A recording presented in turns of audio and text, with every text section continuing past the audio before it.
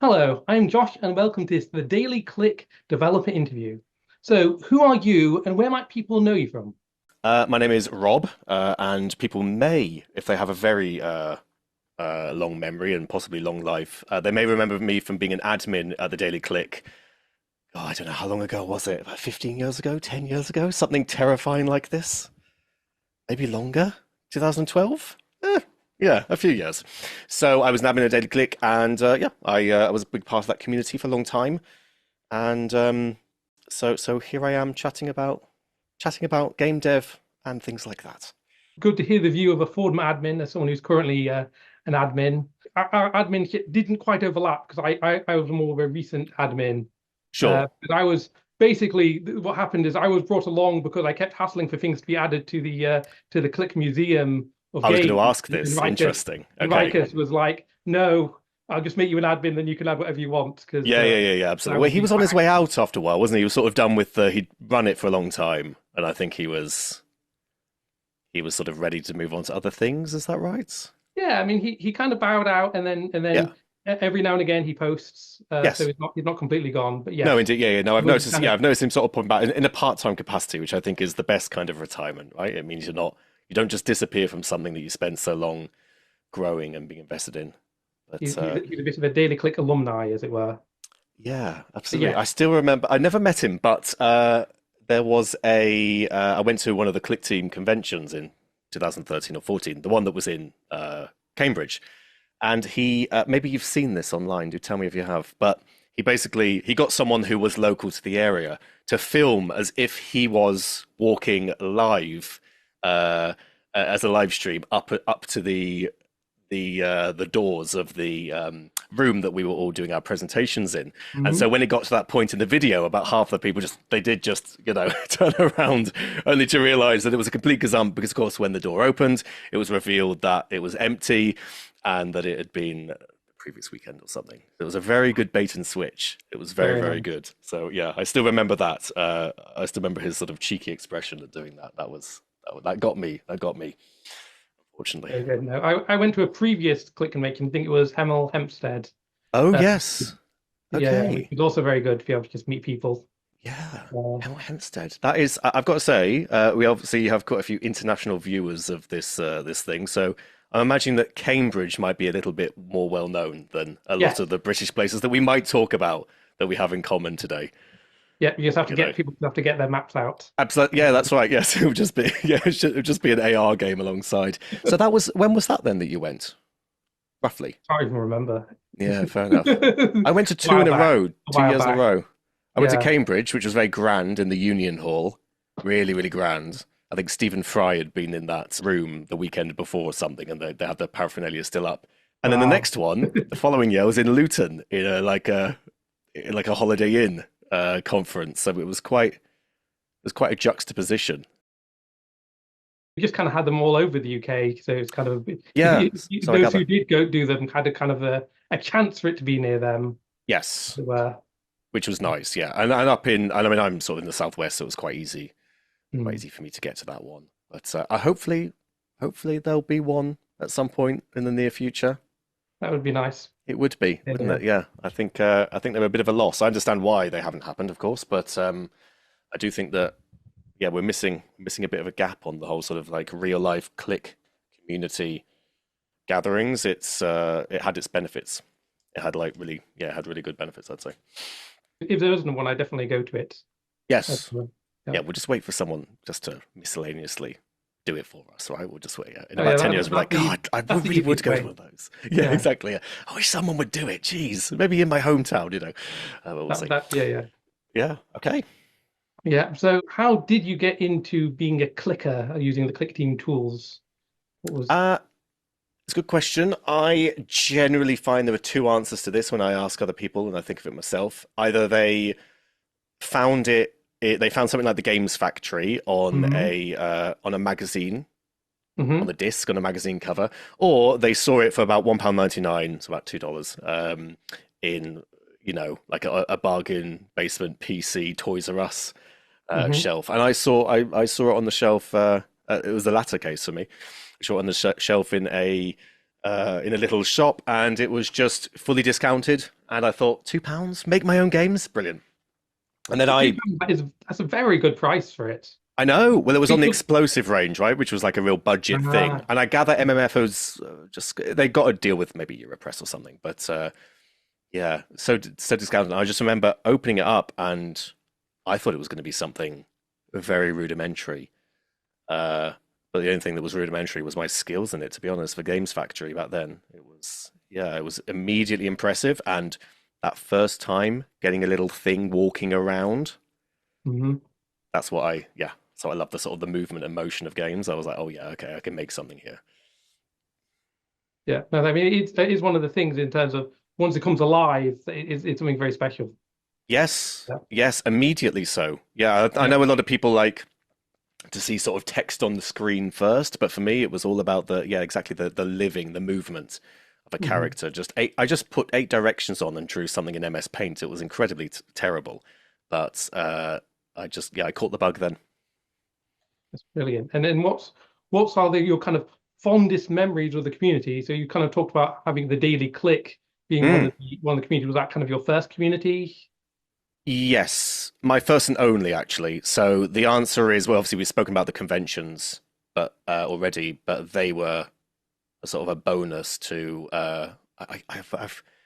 I've said TDC in my brain for about 20 years, so saying Hmm. the Daily Click is useful, but I have to readjust to it, you know. So yes, TDC is the answer. I just religiously read those forums, and recently I've gone back and sort of gone through all those old conversations again, and it's a really valuable time capsule of a certain small indie scene, which is now not necessarily lost, but buried under it being a much larger, a much more commercially potential indie Mm. scene. So the nature of it has changed. I think a lot of hobbyist indie game dev now is sort of informed, or it has that spectre in the background of this could be a job, this could be that, this could be a product, Steam, and all these things. Whereas back then, it was just I'm making something tiny that 40 people will see, and that's the motivation. So I loved that small circle a lot. Yeah, and it's great. And then like 40 people would see it, and you knew half of them. You played their Exactly. games, and Yep. you're kind of making games for your friends, really. That's a really good point. Yes, it is. It is like that, isn't it? Yeah, to hear it so explicitly, I think that's true. Sort of explicitly put down. Yeah, I think that's true. It is very much like the communal thing of playing theirs as well, and then sort of joining in. Yeah, absolutely. I'd say so. Yeah. I Yeah. mean, I think like some of the games that I played were definitely just playing the beta versions of the game to test them out before they were Oh, released. oh, absolutely. Of course. Yeah. So it's like I could see the games kind of grow and get better as I tested them, and Right. then I felt a bit of an ownership of them once they were released because I helped with their development. That's Indeed. Well, that's why early access is so popular now, right? You actually get a legitimate way to help and also inform and shape a game and Hmm. steer it a little bit. As long as we don't step on the toes of a sort of like a creative direction too much, I think it's very valuable for us to be playtesters and sort of help with those blind spots that every developer gets. Simple Hmm. as that, unfortunately. Yeah, and presumably when you needed help, you went to the Daily Click forums and asked for help on there. Did you ever do the Clickteam forums or any of the others that we needed? I have some posts on the Clickteam forums over the years, but yeah, TTC was the place that I would ask. But what I did, it had, here's the thing, it had a good search function. Hmm. Even back then, it would occasionally crash back in whenever, but it actually did have a search function. I'm a big believer in really digging to see if something has been asked and helped for already, because I think there's a natural temptation just to go onto Discord now or to go onto the TGC forums or the Clickting forums and just ask afresh. But the fact is, most questions that will have come to your mind regarding the software have been asked before, so it's good not to have that wasted, if that makes sense. Oh So the yeah. archival nature of TDC is good for that reason. For me, that's one of the valuable things that, it's been preserved, and I think that's really good because even today, although Fusion has changed a lot uh, in its sort of logic and abilities, there's still a fundamental things that you can, sort of look up, and it's still relevant today. Yeah, I I mean, would something definitely is say. a lot of the old tricks will still work, but then Yeah. sometimes there's a better way to do it using some of the new Oh, features. Like it's like absolutely. Yes, absolutely. I had the new better ways, the constant learning. Yeah, I was embarrassingly out. I got Fusion 2, I got the DLC, Mhm. 2.5 Plus and all that stuff, and the developers version, all this stuff. And I basically, until I joined um, the Discord and daily, daily visited it to really sort of try and imbibe what people were talking about, I basically didn't use any of the DLC upgrades or bonuses. So the fact that I had child events that I could have been using for years and didn't kills me. Yeah, So I was very much in an old MMF1 state of mind. Does that make sense? oh yeah, I know Yeah. exactly what you mean. I mean, cloud events is something Oh, that you the did Click good. team had been wanting to put in Fusion Yes. for a long time, and it Yes. just it always kind of fallen off the egg where it was always at just that little bit too ambitious for them to Yep. include it. Yep. And then they ended up deciding, okay, then we'll make it Click Team Fusion 3, and then that got Hmm. delayed. So I'm glad that we have actually got it now. Oh, yes, indeed. That was something that was planned for three, but due to three's time that's taking, it came forward to the DLC, didn't it? I believe, That's of right. Yeah. 2.5, So right? they Yes. did the DLC. They did the DLC, which Mhm. included that feature, which had previously been one. They Yep. said, here's a great feature for Fusion 3, and obviously it'll be great in Fusion 3. Of course. Yeah. But the fact that we can be using it now is good for the Massively people valuable. now. Yeah. And yeah, no, it's I mean, like also like I remember fourth in relation with fast loops, where you had to do Yes. the fast loop object and give every object everything an identifier. Now it's so much easier where you can just say, please do a loop on all of the instances of this object, or please loop for Yes. every two of these objects. Oh, the for each loops are Mm, for not. This is the nerdiest talk ever. I love it, that's but they're so fantastic. And again, they are something that I just didn't touch, even though I had them, because I was in that MMF1 sort of style of. So to sort of bring it back to your point, is like yes, there are better ways these days, but yeah, you can get stuck in your ways if you're not careful, I guess. But yeah, that's right. And fast loops, of course, they used to be quite. They've been massively. I gather, at least, perhaps better than me, and whether it's sort of. I often think these are kind of urban myths, sort of whispers, But I gather that the fast loops have been massively optimized. It used to be that they were quite slow, and that you would to keep them fast, you would close them in a group, so it didn't like go all the way through your entire sheet. But I gather they are now much more optimized and efficient in today's Fusion. I mean, a lot. It wouldn't surprise me because I mean, a Mm, lot got more efficient, and obviously, as they've been porting it to different runtimes and adding things like the hardware acceleration, they've been sure. kind of going back through that kind of old code that they might not have otherwise kind of touched for a long Which is of time. massive value. Yeah, anyone with a big project or an old project knows how that is. Have you ever Mm. gone back to your previous projects and sort of opened them up? Because of course we have a lot of backwards compatibility. Have you ever opened them up and just sort of played around and optimized anything? I mean, I've opened them up and basically I was doing like 10 versions of the same event in a Right. very Yes. way, Same. things like that. Exactly. But, Exactly. Yeah. No, but I mean, 100%. I thought. Yeah. I'm glad. I'm glad it's not just but it me. worked.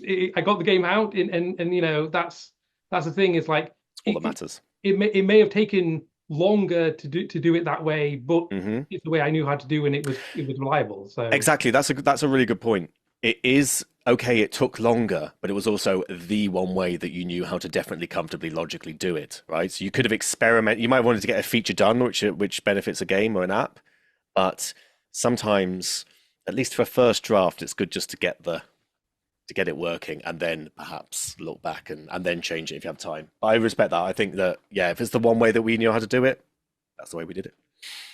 yeah, and so is there any kind of really kind of fond memories of the Daily Click? Did any competitions you were part of, or any other things that you kind of like was really good kind of memories? I did enjoy the competitions. I self-excluded myself from them quite by accident because I did the thing that oh, it's a bit of a dog hair here apparently. I did the thing that you should never do, but we'll talk about that a little bit later, I'm sure.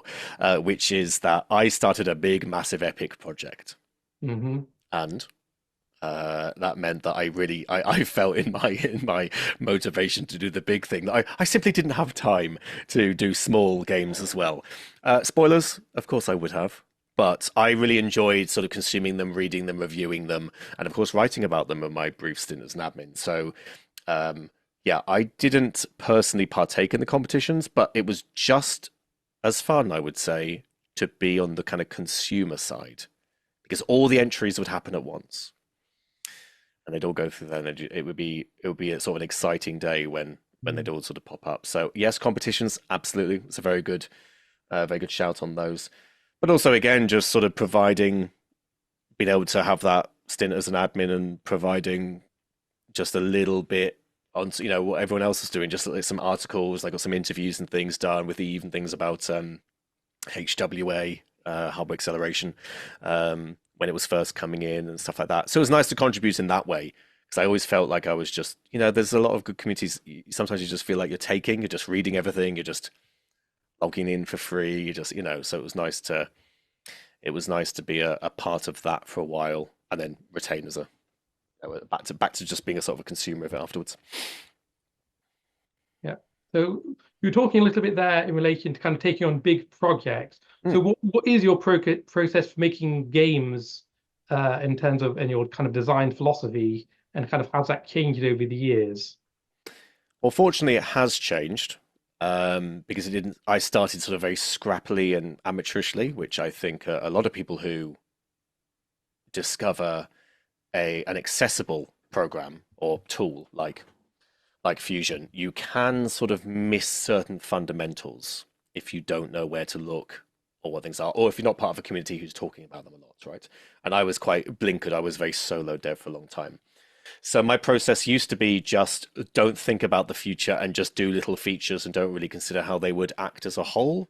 And out of necessity, that has changed to have a design document, have an overall idea of how large you'd like the game to be. Um, really consider whether you do want feature creep or not. For anyone who doesn't know who's watching, feature creep is where, of course, a game gets bigger in its scope and ideas and features as you inevitably have them while you're developing. So a small, modest RPG of 20 hours can become 100 if you're not careful because you like to add this scene and that character and that mechanic. I'm sure you know that, but just in case anyone doesn't. So yeah, my process has, I'm now in a good place where I have more structured work and I set out the game idea in front of me, not fully, but with enough of a backbone to fall back on. And it's meant that I feel much less lost and yeah, progress is sort of fast now, which is pleasant. So I've had to learn that the hard way. Not preparing a little bit will mean that you not necessarily lose a lot of time, but things will take you much longer than they would otherwise. And how much do you kind of tweak the little things as you're testing it along the way, in terms of Mm. like iterating, trying something out, iterating it, doing something slightly different, seeing how it works? Yeah, so another good question. So I do iterate. I do kill things early if they're not serving well. Because I Mhm. have in the past, perhaps you've felt this, perhaps you've had this with development too. I have in the past, I've made something and I'm fond of the idea, but it's not working as a game. It's not working as a feature. And sometimes as a creative, you have to kill your babies. This is a horrible phrase, because you'll have these great ideas that you're very fond of, but it's actually dragging the piece down. Which is why anyone who watches their favorite film and they watch the deleted scenes of their favorite films, they will often think, "Why was that gold Mm. deleted? Why was that fantastic moment deleted? Why that gives such context?" Yes, but the pacing of the whole thing matters. The director who's made five sort of internationally acclaimed films might have more of an idea of that process, right?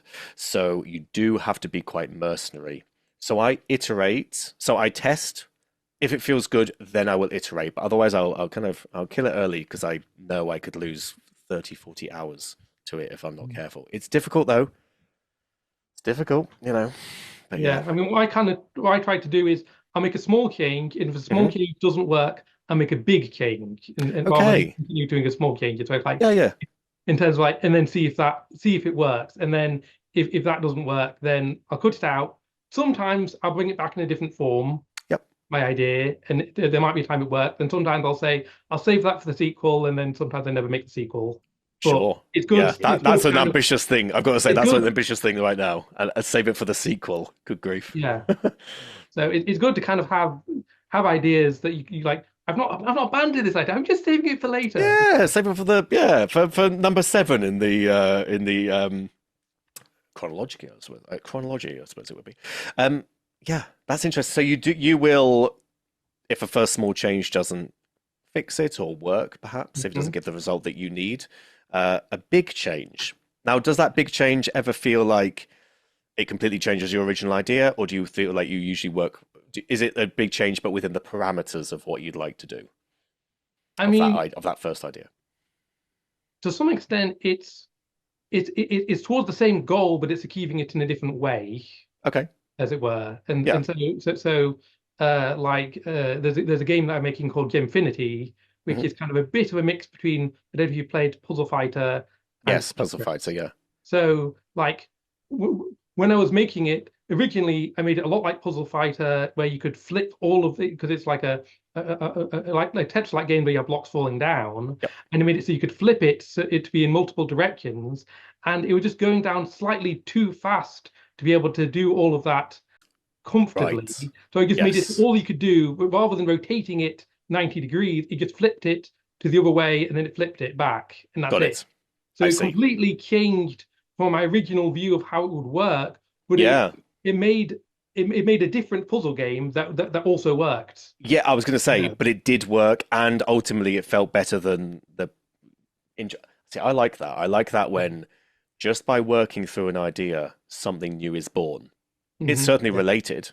Absolutely. I mean, it was a similar sort of puzzle format, if you will. But yeah, I like that because there's no way that you would have just gone with the new idea if it didn't ring something truer, right? So something new and Yeah. potentially better was born. A pleasant surprise was like, presumably, you played it and thought, well, actually, this has depth. This is by accident, Exactly. half And by accident. This is yeah, this has come to be. it's kind of in terms of limitations breeding Mm, innovation and creativity.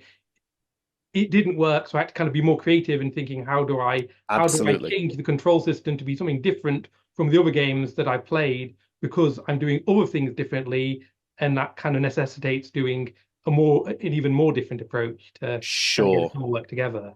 And this supports your point of your approach in comparison to what I cited at the beginning of this question, which is that you will do that big change, whereas I am a bit potentially too mercenary and just chop its head off, move on to the next thing.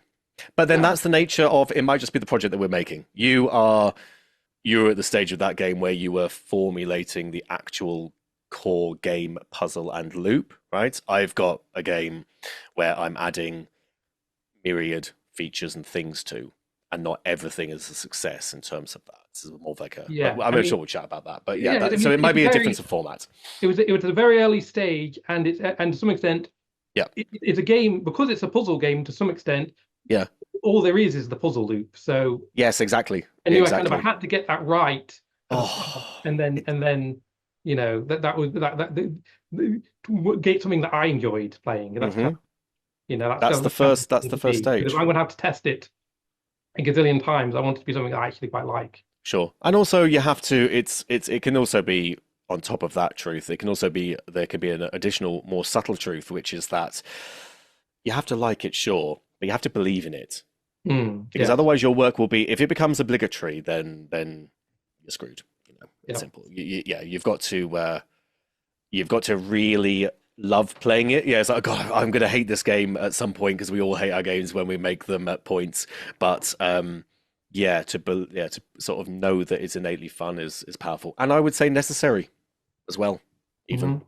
Yeah. I mean, that's to some extent that's where I kind of got some friends through a lot of playtesting at the early point where it was most able to change. yes, Just the simple is this fun before I had too many bells and whistles. got it. Yeah, I But see. it is kind of difficult doing that because I think adding those bells and whistles also makes it more fun. So it is harder to judge for people, especially if people aren't used to playing unfinished games. Yeah, and indeed. And your play, yes, exactly. You may just be more of an authority on the genre or the subgenre in this case, um, that you're building this within than they are. If you have play testers who are friends or different sort of gaming tastes and things, if you're not going to a community where it's specifically that subgenre of the Yes. puzzle games, then yeah, that can be difficult. So you've got to believe in, yeah, play testers, they terrify me. They terrify me. They always Yeah. find something very truly wrong, that I can't argue with. Yeah. So talk about subgenres and so on. Is there kind of is there any genres or themes that you stick to, or do you trying to do something different every time? So, I quote unquote work in the sort of the cozy game genre with my main project, but I do I do like to spin into sort of couch multiplayer, sort of local multiplayer games. So I've made quite a few little sort of engines and sort of two, three, four level concepts with like a bit of movement and things. So a top-down racing game and also a sort of a little sort of single arena, destructible terrain, worm style space shooter with a lot of gravity involved. Because it's a bit like when you were talking about formulating the very core of your puzzle game. I feel jealous when I hear people with that kind of freedom because when you're working on an epic, as it were, you're kind of locked in. The experimentation, you know what a certain JRPG is going to be, you know what a racing game is going to be, or whatever, and you have to really dedicate and stay in that. Mm. But to be in the times where you just get to experiment and add something to a new genre is my favorite. So, for the sake of learning fusion, but also for the sake of sanity, I have sort of taken 1 to 2 weeks off, every 3 or 4 years or something, and then I will make a game like that that's so different. So, certainly, I really like that local multiplayer, split or single shared screen um, sort of game design where you're on a sofa, sort of competing on a single screen. There's always the threat of violence if you do too poorly, or too well. You might be hit by a friend or something. But yeah, so I love the local multiplayer genre, and of course the life sim sort of nature based sort of game genre is my main. Let's say Yeah, I mean, I love couch co-op and couch versus because adore it. it's so immediate the kind of the fun that you can have with it with friends, as it Yes. were, because you can have just such fun moments, Yep.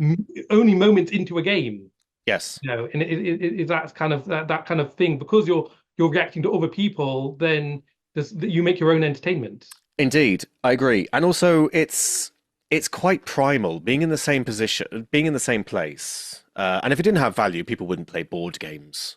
But of course, Mhm. Monopoly is everywhere, and then you have all the all the sort of the enthusiast board game genres alongside it. But yeah, having that sort of shared activity in one space is extremely valuable. And one of the most amazing things that's happened to games is that now you can play multiplayer online without having to have people around. But also that can have an isolating effect when it comes to multiplayer where eventually people don't ever play locally because even if there's someone in their city who they play Mario Kart with, well, rather than drive over to their house or whatever, should we just hop online? And then there's not that human interaction that we are sort of built for 100,000 years or whatever it's been. So yes, I think they have huge value. And also, it's a bit of a shame. I had a stunningly late realization because I was sort of exclusively in the PC gaming ecosystem, and the Nintendo ecosystem, I'd say, where of course they still prioritize split screen and local play between Mhm. friends and families and things like that. But I did not realize until I got given a PS5 a while ago and I got into that. I didn't realize that split screen was not a norm in racing games now. I had no idea that had died a death because the greatest rendering needs and the fact that it's a big cost of development that is best served just doing the online network sort of work instead. I went through a bunch of them and they just didn't have split screen. again and again and again. Luckily I found a copy of Dirt 5, which Codemasters are one of the few ones still doing it in this current generation. Couldn't believe it. That's also why I ended up playing Dirt 5 as well, actually, because Really? For yeah, that because there's reason? so few split Yep. screen, so few split screen games, Perfect. which So you know is exactly a what I'm shame. talking about. Yeah, Yeah. I was shocked, and I know people. Dirt 5, for example, came out in 2020, as you probably remember, and it was only in 2026 that I discovered this, and I was horrified, especially as someone who always kind of imagined it never died in consoles. That's been the benefit of consoles, being able to have two controllers and play with friends. But no, not always. But yeah, Dirt 5, same story. God, it's so sad that it's so few. Yeah.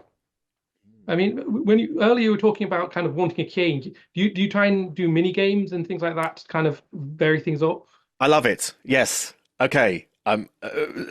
Again, Josh, you've beaten me to something I want to talk about, but I like that. It means that, yeah, that's good. So the answer is yes. That is how I have learned to stay in one larger project.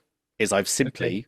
um, I've made it have mini games, and those mini games are, for all intents and purposes, they each of them would be previously, if I'd made them, they'd all have their own the Daily Click page. They'd all be like individual things because they're all quite unrelated. But that has been so valuable.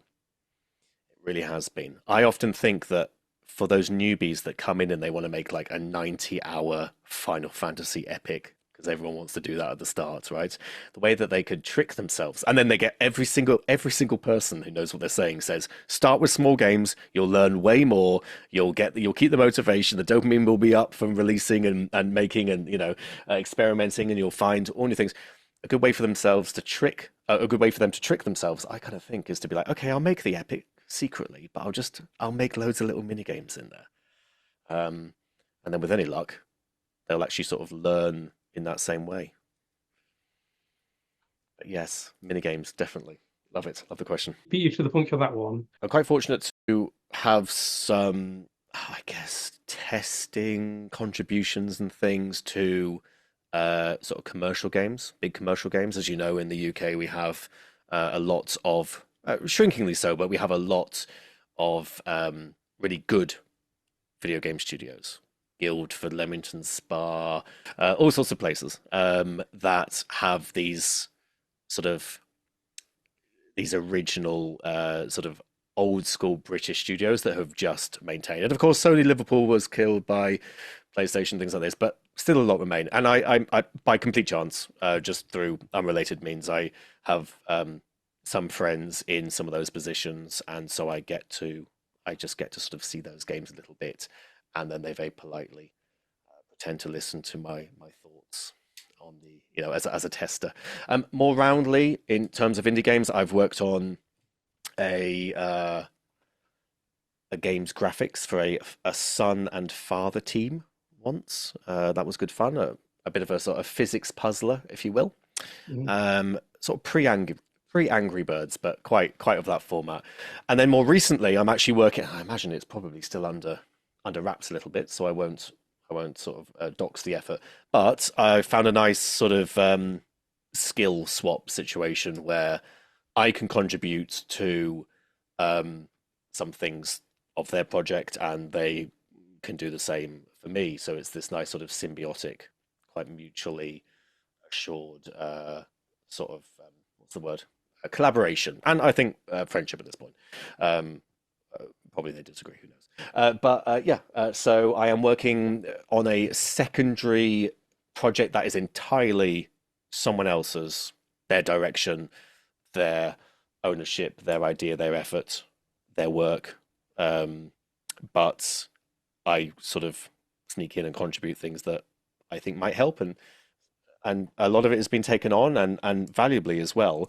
Sometimes it's just not quite been to their tastes, this graphical style or this edition or whatever else, or this feedback. And I like the fact that they don't just sort of accept anything. It's it's sort of, if it fits and if they like it, then it goes in. So it's a very good collaboration, I would say. So that's come as a bit of a surprise in this last year, and that's it. Other than that, it's just the magnum opus, So do you as want you to mentioned. talk a bit more about that? And I suppose while you're talking about it, if it's kind of only you working on it, do you think that there's kind of something valuable in being able to have a kind of singular vision that's being realized rather than having lots and lots of people's visions trying to? Yes. So, I mean, I've seen this in all sorts of sort of creative mediums, I guess, from music to film and games, as I'm sure you have. There is, of course, a value in single vision, but there is a risk that sometimes that vision, not to get too poetic, but sometimes that vision is more myopic. It's short-sighted. Um, Mhm. I do think that I know the value of having complete control over a project, but also the ease and the collaborative way in which you can bounce people off, like ideas off people and things like that, is something that I didn't do for too long. I had this grand idea. It's not a book, okay? It's not writing a novel where all you need is paper and pen or a word processor. You have the full skill set. It's your brain and your fingers. That's it. Um, Whereas with something like games, as you know, not everyone is a UX UI designer. Not everyone is an animator and a writer and a voice actor and all this stuff and a coder. Notice how I put that far too low down the list because so you can tell where my yeah you can tell why I make games, right? Yes, coding bit important, but I do think that I, I do think that there is great value in one person leading, which I mentioned briefly when I talked about the collaborative project that I'm on, um, which is, as I defined it, entirely their baby. It's entirely their thing, and that's theirs, and I don't consider it to be mine, and it's their direction to take. And it's nice to do that because it's a little bit, it kind of takes the pressure off you, off your shoulders, but also it's still that single vision and you still, other people can contribute to someone else's primary vision, and that is something that I didn't fully realize. I would say I thought no one could be involved in my thing because otherwise it dilutes it. Absolutely not. Absolutely not. So single vision, yes, it should start that way. You should keep a director, or you should find a very rare person where equally they, I don't know, you both love animation an equal amount and you both have the same design sensibilities. No, usually it has to, one person has to kind of contribute a, a quarter or a third to design, and then someone leads as one core idea, I would say. What do you think about that? I know these collaborations do exist where they just have extremely same, like similar tastes and things. Mm. I I'm mean, quite intrigued as to what your opinion is. my thoughts is that there's a very big difference between a very small game and a very big game, Sure. and Yeah. there, obviously you can't it's much harder to have a single vision when it's a really really big game than when it's a small game, but Yes.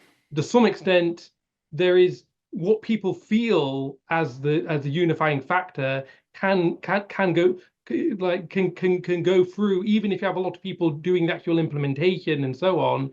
If for example where if there is that you can employ certain sensibilities that people can recognize as the kind of key element of that product, even if Yes. multiple people are working on it, which is kind of that's the bit that you if you do a sequel, that's the bit that people will be looking out for, whether Sure. it's kind of the character voice or the sense of humor, or whether it's the art style or so on. There are Yep. certain Absolutely. elements that people will latch onto as this. To me, this feels like what makes this particular game unique, Hmm. and then a lot of the rest of it, which might not be what makes the game unique, but what is obviously what you need to be able to do to be able to play the game. Yes. And so you might have a lot of different levels that are made by different people, but they're Yeah. all using the kind of design sensibility of the person who kind of Got it. came up with the concept. So there's Indeed. Yeah. Which yeah. is why a director has a choreographer. They have a lighting expert. They Mhm. have this and that. Yeah. I see. So I Yes. think there are games where I can definitely see, this is a game made by this sort of person because it Hmm. has these things in it, even if it was a collaborative project. So yeah, so I think Sure.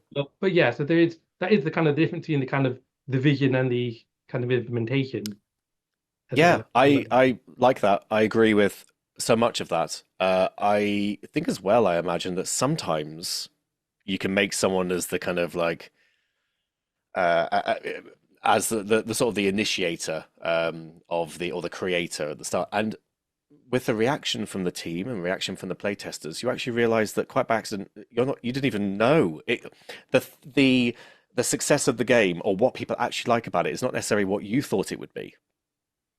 Perhaps I don't know if you've experienced that before, but sometimes so you might have just thought, well, I'll just use some arbitrary art, but people have really liked the art. It's like it's not about the art, you know. Or you get a Mm. musician who does an amazing job, and it actually elevates uh, your graphical work, which has happened in my scenario. I haven't done music, and I found a fantastic local musician, and she has breathed extra life and supported, in my opinion, sort of the look of the game, as it were.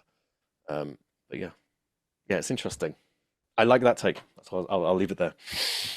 Yeah. So do you want to talk more about your big project? I don't know how much you want to reveal. Sure. Oh Uh, well, no. I have been cautious not to sort of put my head above the parapet too early, but I am talking about it. I've talked about it once with Simon from Clickteam on the Clickteam Reactor uh, last year, and then the second one is with you because I like being in the little Clickteam space. I do inevitably have to kind of leave the bubble of niceness and sort of go out into the cutthroat world of wider indie game audiences. But I yeah, I'm happy to reveal. I'm happy to talk about it openly, essentially, mhm. essentially. But I, for a long time, I worked on it very secretively with some idea that I just did not shadow drop it, but like, oh, in 6 months, this massive game would just pop up out of nowhere. Um, but yeah, so to summarize my game, it is I don't know how much you've seen of it. To summarize my game, it is a sort of non-time sensitive single location quote unquote life sim cozy game. Now, when I started making this game, cozy games weren't really a um, it wasn't really a coined phrase. They certainly weren't a genre. There was Harvest Moon, now Story of Seasons. There was Animal Crossing and a couple of other things. If you could roll like things like The Sims into it a little bit, but there's a distinction there, I would say. And yeah, so I'm working within that genre, and it is quite. It has quite old school sensibilities within that genre because of the game that I wanted to make when I started. And then what I did was I realized that it was an impossibly large task to make this full, a long time sort of like full-time work and balancing life, let's say that. I realized that it was a bit too much to make a from scratch a full like massive farming system and all of this and all of that, right? So I realized that at the point where I had this fully realized world, characters and script written for it. So what I've done is I decided to not reduce the parameters but change it. And so this actually goes back to a little bit of you changing the sort of the fundaments of one of your puzzle games is that I changed it to an episode within that world, which is still an inordinate amount of work. But what it does is I can complete those features like fishing and bug catching and photography and dialogues and things like this, and night and day and weather effects and weather systems and things. I can make all those, and they're not actually delaying the full engine's capabilities. They're still working towards that slightly shorter milestone of the game that I'm making, but it's I can't find the words for this. But without like it being a digression. So I'm not essentially I need to make all that I had to make all those functions and features anyway. So I just found something that was a few years less of work out of like 12 or 13 or whatever.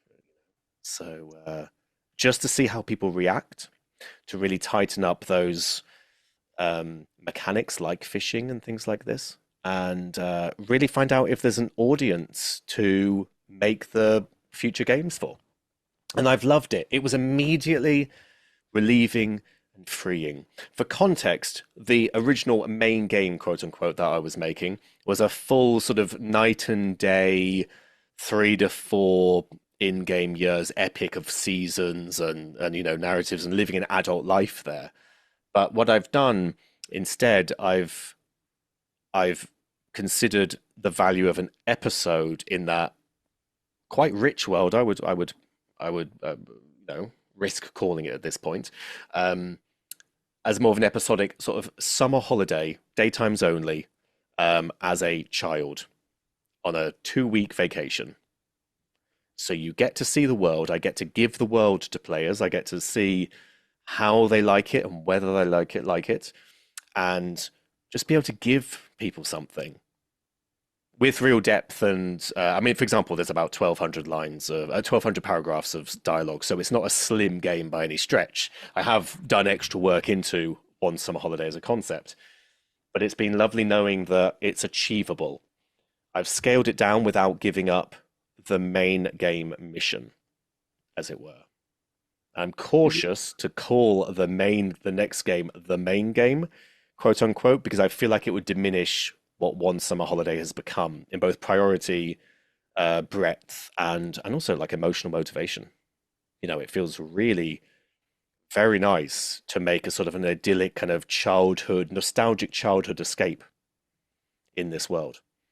So in many ways, in some quiet way deep inside me, I almost prefer the setting. It might be a more of a vertical slice, but you get to have greater depth in just 2 weeks of in-game time rather than years and years where content is more sporadic in your average Stardew Valley or Harvest Moon. So yeah, and it means I get to put mini games and various toys and things in there that makes it a bit of a sandbox of experimentation. And has all of this been in Clickteam Fusion Yeah, 2.5? absolutely. Oh, in 2.5, Or have you kind of moved from... I can assure you I've moved. The original file Mhm. had, for a long, long time, the icon. I was in MMF2, and the icon Mhm. of when I started that project was the Game Factory icon.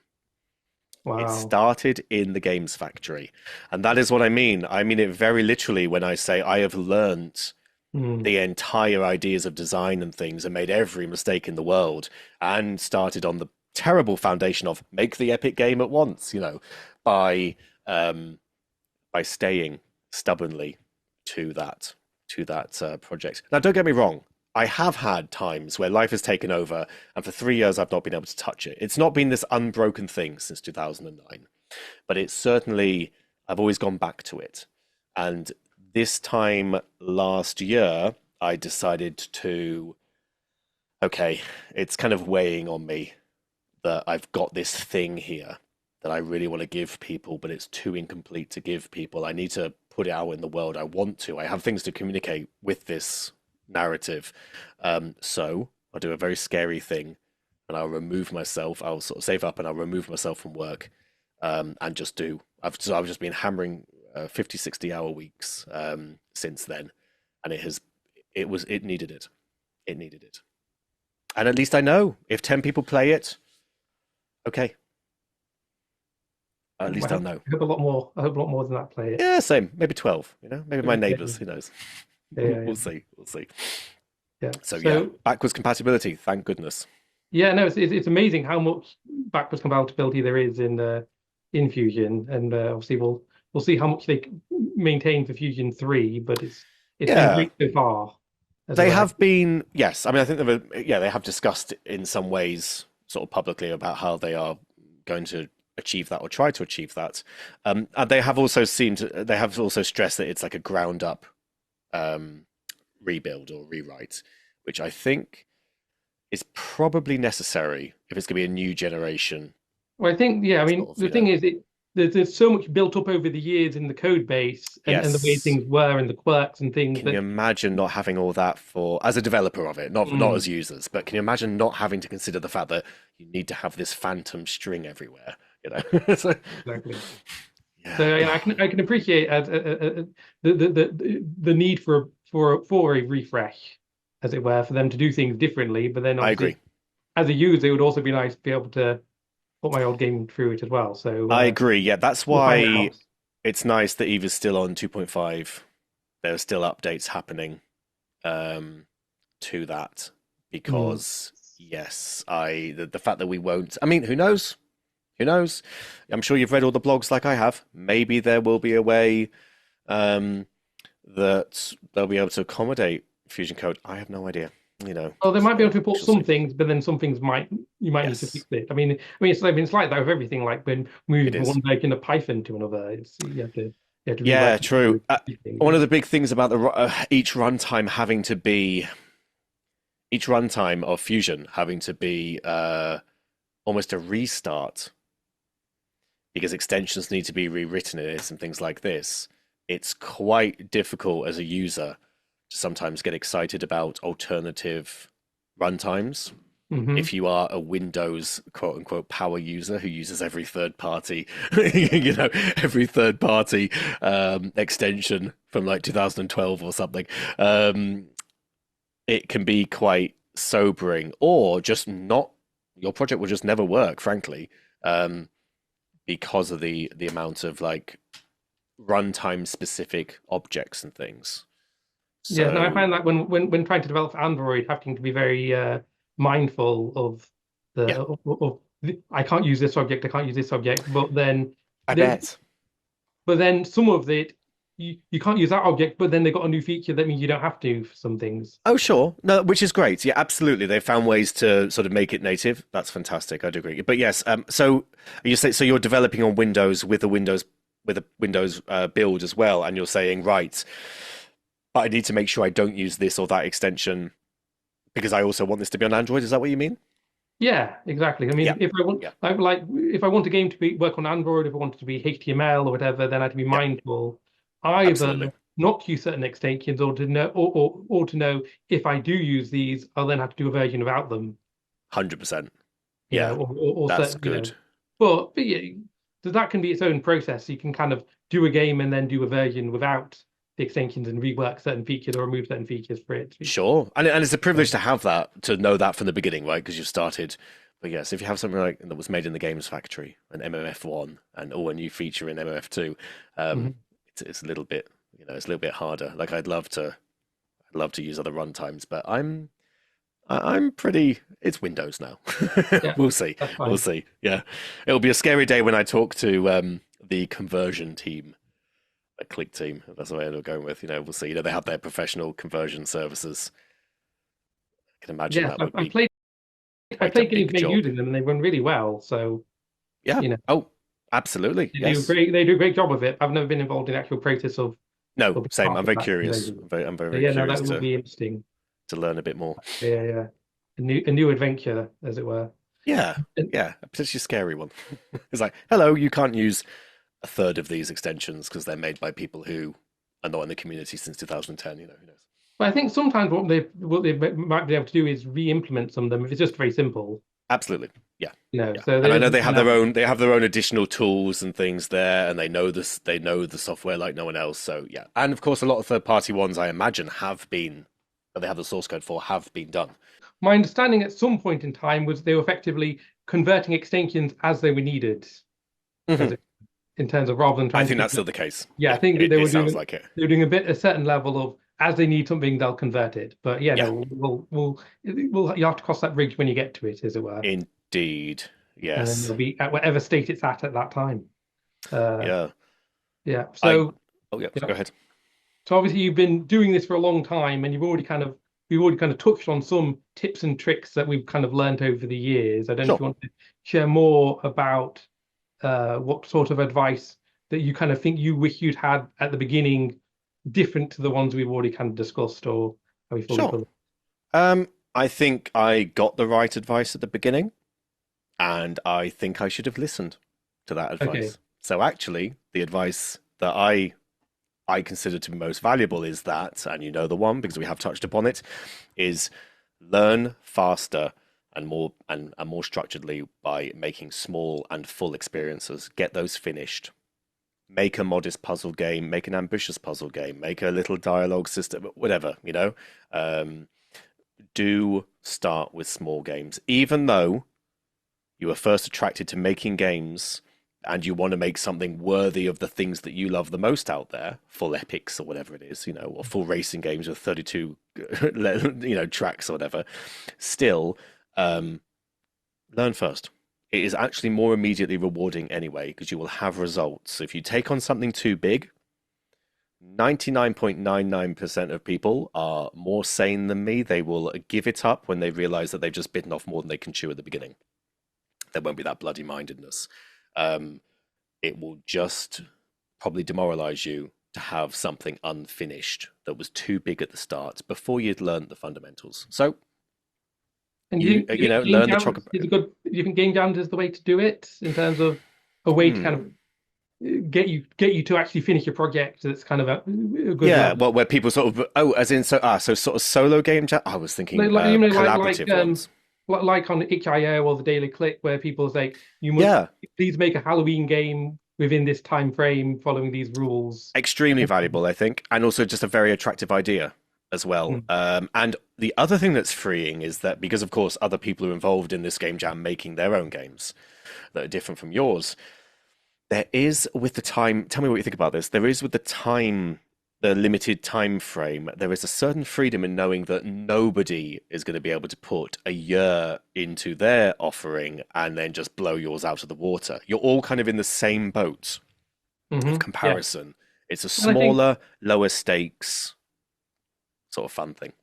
yeah, and I think there's definitely a leveling element to it Yeah, that's freeing, and there's also the fact that if it's a game that you like, you can always keep working on it for a version 2 or whatever later. I mean, I've seen people who make a game in a game jam and then they actually that was a great idea. I like it. Now I know that the gameplay loop works. same.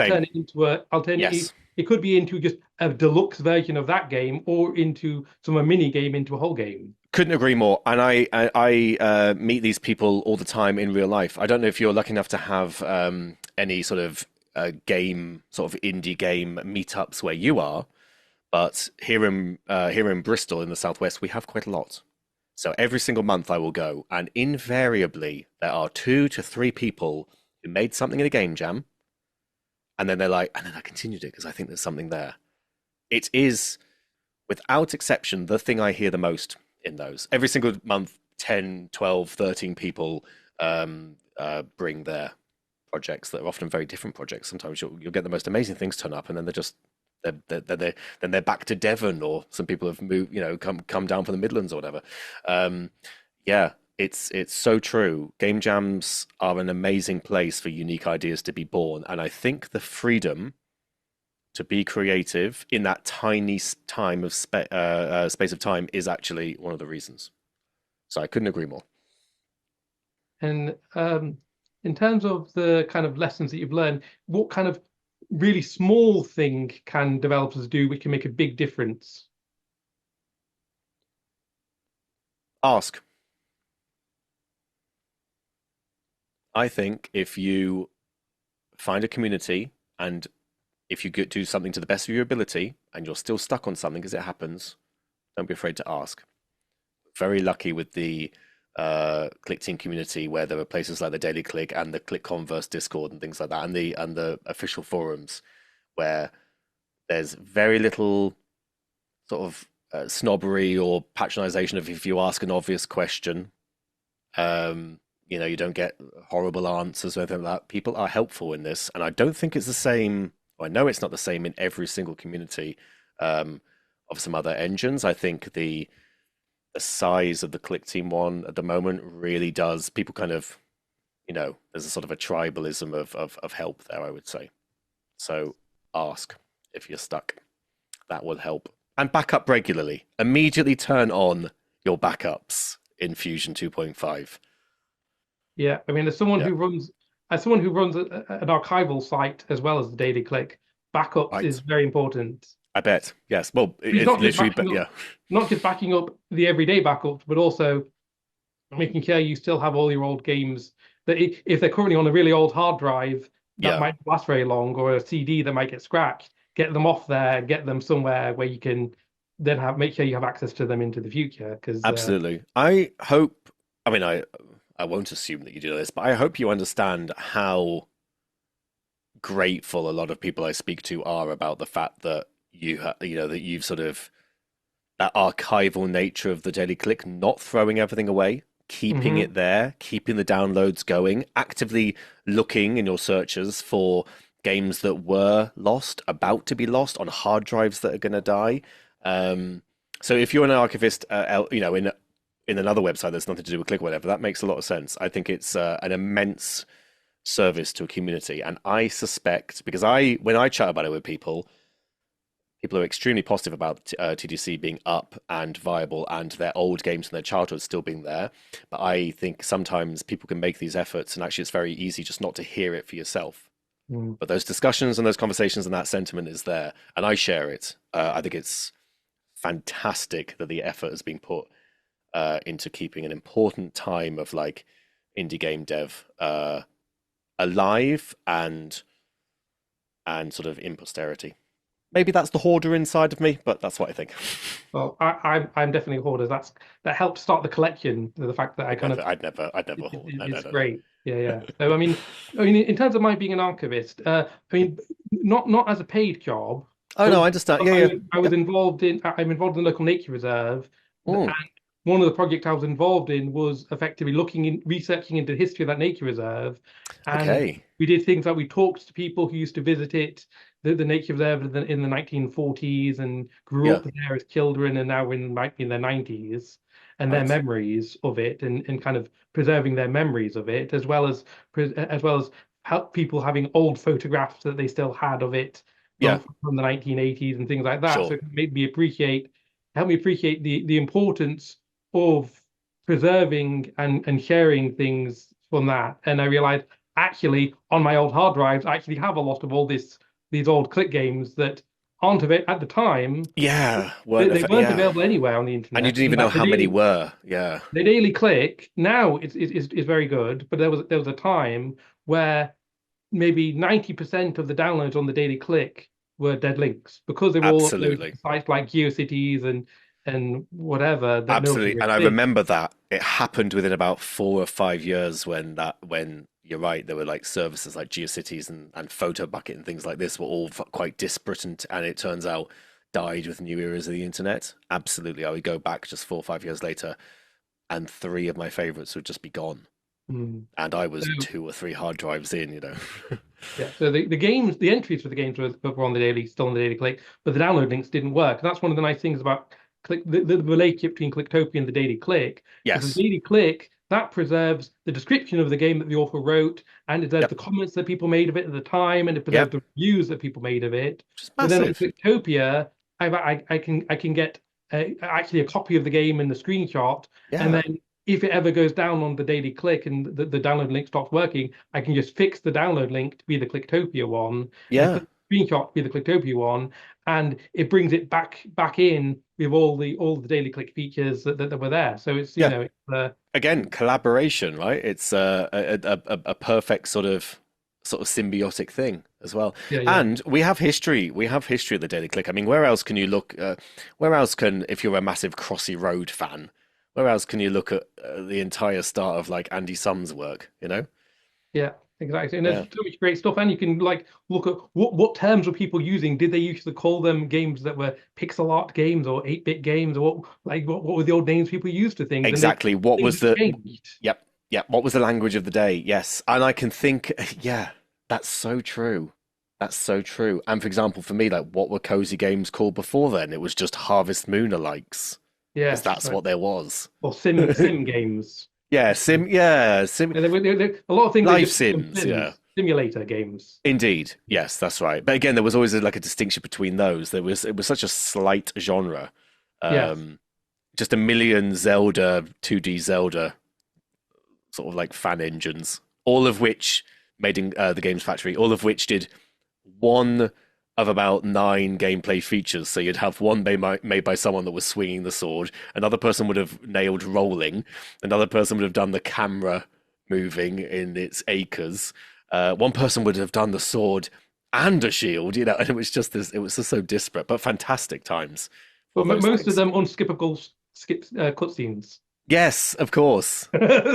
Yes, and Because who yeah, wants to rely that's on so you to true. skip the cutscenes? You have to watch every single one every time you decide to Yes. play Of that, it. yeah. Before the start comes up, and of course, we were in the time of sort of like we were all about whatever 14 or something. So everyone had like 9 splash screens, and Nice, then yeah, yeah, and then that team would be dead in 6 months. But that's great, it would just be they would yeah, be renamed to something else. yeah. Yeah, it's fantastic though. It really is fantastic that it's up there. I look back. I mean, as we were discussing, I've been visiting as a guest because I forgot to log in for a while. But I've trawled through so much of the old conversation and stuff, and it's just really nice. Just really, really nice. Some of those old articles and things, just great. It's wonderful. So thank you. That was my point of that ramble. No, I'm grateful, and grateful for all the people who contributed because a lot of people put time into helping find old games and experience old games. I'm the kind of face of Clicktopia, but then there's lots of volunteers behind the scenes who have been Oh, of course, who've been it working requires really. Like, everyone to dig obviously, out. Yeah. yeah, like a few people like Chris Street or Cersei who just Oh yeah. happen to have lots of old games from the Daily Click era Yes. that he still had, which is great because a lot of those ones were like ones from the competitions, and that's Yeah. great because that means like if you can get a whole competition Yeah. back in working order, that's a real slice It of the really is of a time. of Yeah, that it's time. a time capsule of a certain moment. A specific. There is something pleasing about having the entirety of a competition found. Mhm. I would say, Yeah, although rare, I can imagine, because some things are just lost, right? something there's definitely something a lot, but to some extent the things that people care about most more are more likely to someone to have one. So Yeah, there's a little bit of that, but it's also natural the case selection. that the most obscure things you can get people writing saying, "I made this Pong clone when I was a kid and want to show my kid what it looked like, and I Yeah, didn't think I'd ever find it again." So yeah, every single yes. game might be someone's first game that they ever made. That's a really You good point. A lot of people don't back their work as it sounds counterintuitive, right? But a lot of people won't back their work up as well as you will have. Like they will rediscover what they quote unquote owned by you actually having it still.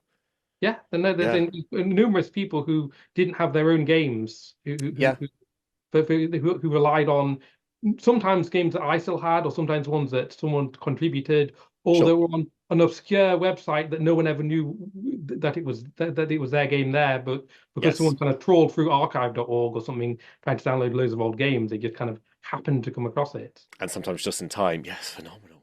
Phenomenal. Yeah, Such a no. good thing. Yeah, it's always something and the efforts of like late last year as well, just having the just there's always new I feel like there's always new things found Oh yeah, I between the mean, whole group of volunteers and yourself and things. yeah, It's yeah, and it's yeah. great. It's great just to be able to keep adding to that as well at the same time continuing to have new games and new Yep. things at the same time. It's and be able to kind of compare the two. Sort of equally exciting, right? The new Yeah, stuff, but also old becoming new again because this has not been available for 15 years. And oh, look, it's the old Games Factory platform, inbuilt platform movements. yeah. Which is, of course, fantastic. But I'm glad it's had some improvements. Yeah, it's wonderful. Yeah, I love it. It's a fantastic site. And And now I it's can enjoy it in non-guest view again. Thank goodness. yes, you can be an active user and Yeah, yeah, indeed. great. I'll still just be stalking through the nostalgia history as I have. That luckily that doesn't. It's nicely accessible, which I really respect. I can imagine it would be cheaper to run if it was only accounts, but then it stops the people who are like 40 now and they think, oh, what did I make at 17, 18? If there's a login block to viewing and to browsing, But that also person turns away. it's also kind of important things to be available on search engines as well, and that's you Very know true. Yeah, that's how people find a lot of things is searching. for sure. I remember this thing. Let me search for it, and then they Exactly. find it. So, is there any Exactly. kind of you kind of spoken a bit about some of the pitfalls you've been in terms of trying to bite off too much in one go? Is there any Yep. kind of other pitfalls that you want others to avoid, as it were? Okay, so other than what we've sort of discussed, any pitfalls that I would recommend people look out for so they can Yes. avoid it where perhaps I didn't? Um, yes, there is one more thing, and I think that creatives can really suffer this sometimes. So I think it will be I think it's of some value to chat about it very briefly. I think that a real pitfall is not finishing something. And I say that sitting here with a game that's not finished. But I do think there is incredible value in finishing a game. You have to get past that point where it becomes, sometimes it's work. All the fun creativity and the sort of working out all of the beginning sort of loops and things like that. That's the honeymoon period. But if you want to provide something and put it out into the world, it needs to have some semblance of being complete enough. It don't need to be perfect, but it needs to be complete enough. And that is an education. Now, I've fortunately felt that through other projects that I've worked on, that I've contributed to people who have released their games. But it's almost, it's not all that matters, but I'm becoming a bit more resolute on just how important it is. I was very free form and just like, well, I can make half this little sculpture. I can just do this little game engine and things like that. And that's true, that has a value. But to finish something is a reward that you should not deny yourself. It's an experience, and a sort of it's incredibly affirming, and you shouldn't deny yourself that affirmation of it. You might think that it's not even the priority or point and that you won't be affected positively by it, and so you will just, but to complete something, to wrap it up and to put it out there in a digestible form that other people can experience it is incredibly rewarding. So I encourage you to not move on to the next thing, but to complete if it's worth it. And that's good advice. I mean, that's obviously I myself have games I still need to complete, Hmm. but I definitely plan to do so. But you have completed some games, haven't you? Oh yeah, I've got a Yeah, completed the game. experiments and the things that you get Mm, 40% through, and there's not really that motivation to complete, but they don't really nag at you. That's mm, fine. We all have, every single Fusion mm, developer who, or any developers who've been doing it long enough, has a full folder of actually sometimes quite incredible little ideas and half-finished engines and things, and they serve their purpose and they were a fantastic experiment. That's absolutely fine. I just think that if there's nothing being completed, it's good to focus in because yeah, it will reward you. And also subtly, even if you have the best self-esteem in the world, it will really prove you to yourself that you can finish something. So there's certainly a balance. Don't stop playing. Absolutely, still keep making experiments. Ditch things happily when you feel done with them. You don't stick to something just because you dared to start a fun little idea. But you know what I mean. Those things that you'd like to do, that you'd like to finish, that you know have worth, that you want it to be in people's hands, but they just can't because it's the final 20%. Consider consider prioritizing those. yeah. I'd say. Well, there's definitely an opportunity for a new Daily Click poll asking people about what games they have outstanding, as it were, kind of. Yes, there's always life is just an opportunity for a new daily clip poll. That's what I think. Yep. Yeah. And is there any last thoughts or any last questions for me? Hmm. Well, I was very sneaky. I got all my questions in for you in the conversation. This has been a nice mutual interview, which is a big part of why I wanted to sort of return to the Daily Click to sort of speak to you about it. So nothing inorganically extra, I would say. Yes, it's been a nice to and fro, and I was very intrigued by the motivations for archiving the Daily Click's sort of history so thoroughly as has been done, and that was thoroughly answered. Yeah, that's it for me in terms of me interviewing you. That's great. Well, I look forward to being able to post on the Daily Click when your game is ready to be revealed to Heck the yeah, world, heck yeah. as it Well, I were. have the trailer out there. Okay. I have the Steam page and all that stuff. Okay. So Um, I can add links to the bottom of the. you can add links, and I can also pop this up here. Oh, very good. That will take people Uh, to that will take people to the I should have framed it in one of these squares. What am I doing? Yeah, that will take someone to the Steam page where there is a trailer and a brief write up and things like this. But as as I say, I've been nicely quiet on this last 6 months. So I will be sort of putting it more formally out from about next month. There'll be more YouTube updates and things like this, and a revised Kickstarter date, but that's later in the year. Excellent. Bing! Very good. Excellent. Thank you very much.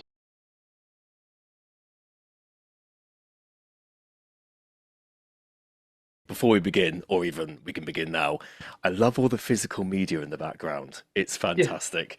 I just last interview. Has it grown since actually? I mean, this isn't the full collection. This is just all that fits. Right. Okay. So I want to introduce you to something called shelving. It's a new concept, but you could get a second layer of it. I'm just saying.